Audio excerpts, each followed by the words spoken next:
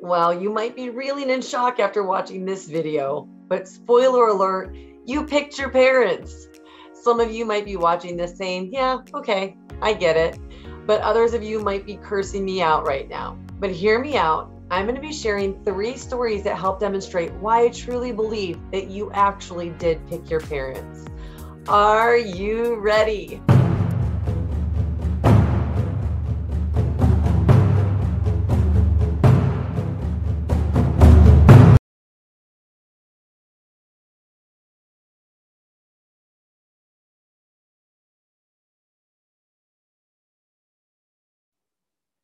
Your childhood sets the tone for your entire life.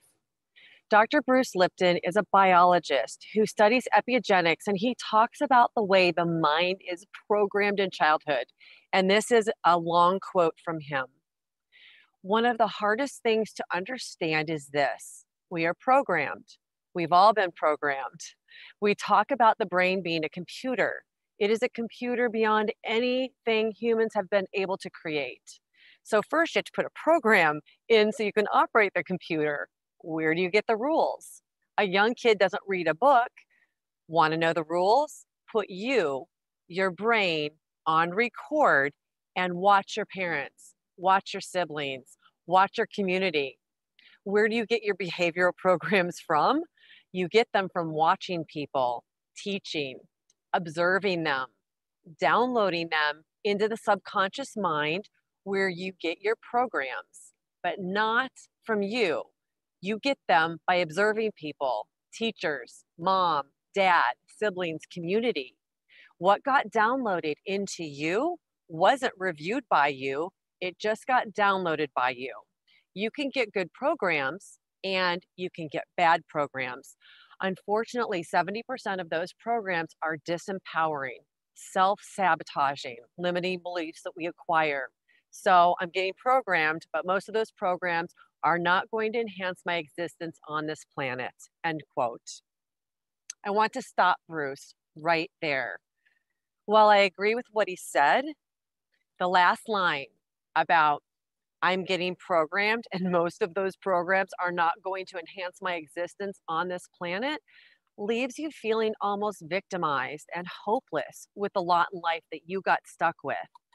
But I want to take this one step further.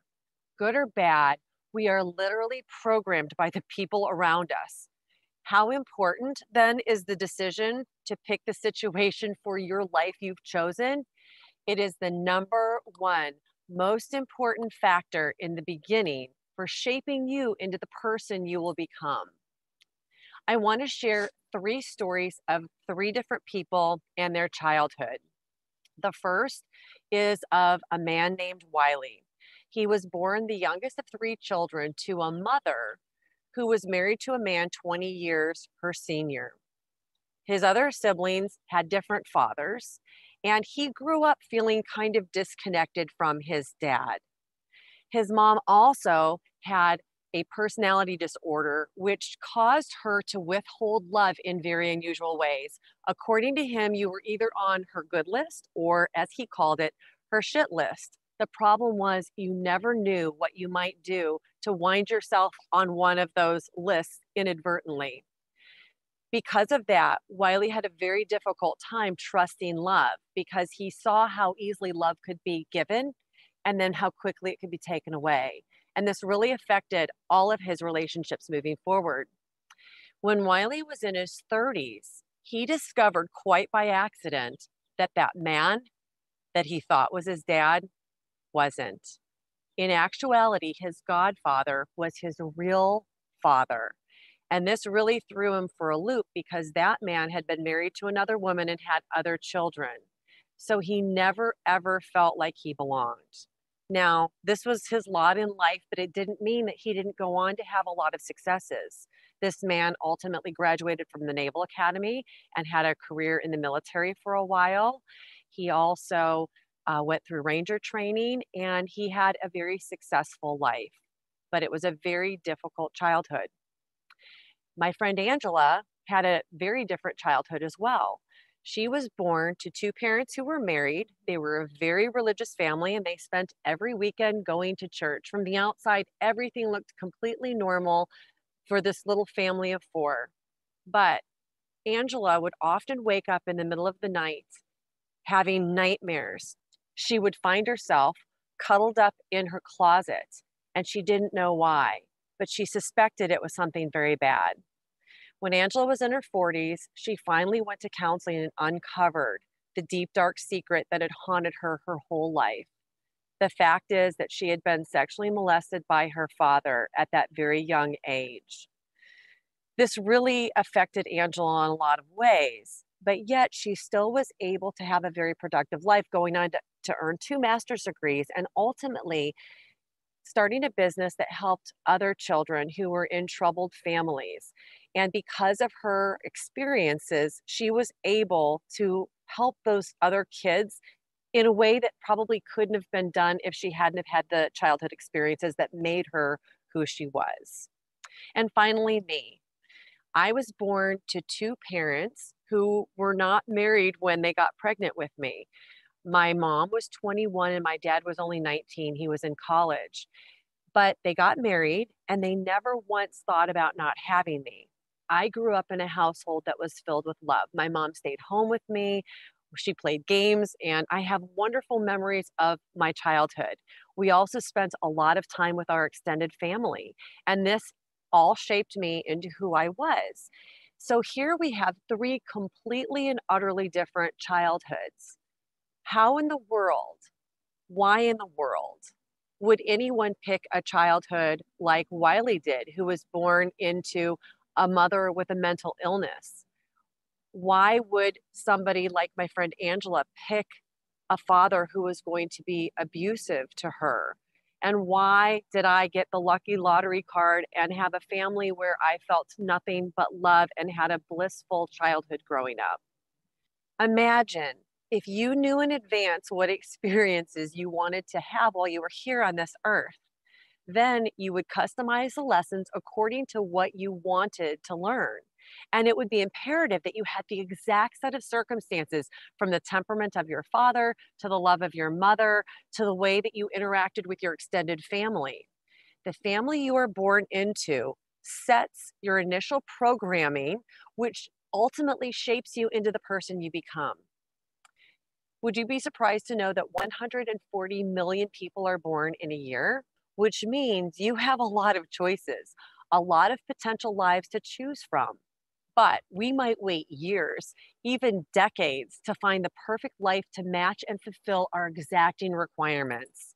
We have eternity to work with after all, which means that we potentially pass on 1.4 billion choices in 10 years. If you've been blaming your crappy childhood for being stuck where you are today because of your circumstances, it's time to take the blinders off. You are not a victim. You are the exacting creator of your exacting circumstances that got you where you are in your life at this moment. And I want you to reflect on the person that you are right now. If you like who you are, think about this. You could only be that person with every single experience that you've had up until this moment. It's the only way that it works. Once your blinders are off, you can't put them back on. But now it's time to take your power back. You chose exactly the moment that you would be born into your body, because where the planets aligned and were placed in the heavens at that moment shaped your personality, your traits, how your mind moved, and some of your interests. You also chose where in this world you would be born, the continent, the country, the city, and most importantly, the parents. Maybe you chose super loving parents, super involved parents like mine. Maybe you chose a parent with a mental disorder like Wiley's mom. And perhaps you chose adoptive parents or aunts or grandparents who would raise you. You chose it all. You left nothing to chance. You knew exactly what you were doing. Don't mistake this for meaning that you are stuck with your programming. Today is the day that you reclaim your power and realize that you can change that too. Not only are you responsible for how you react, but you also have the ability to change the program. And once you can recognize the stories that you're telling yourself, you can then create new stories that will help you to become the person that you want to be so that you can have whatever it is in this life that you deserve to have. I want you to notice the self-talk track that you have in your mind that you play over and over again. What excuses have you been using from your childhood that are holding you back? Write them down in a journal or on a piece of paper or on a note in your phone. The first step is to recognize them. And that's all I want you to do for now. We'll come back to these thoughts in Module 8, Harnessing Your Superpower for Your Greatest Good. You've got this.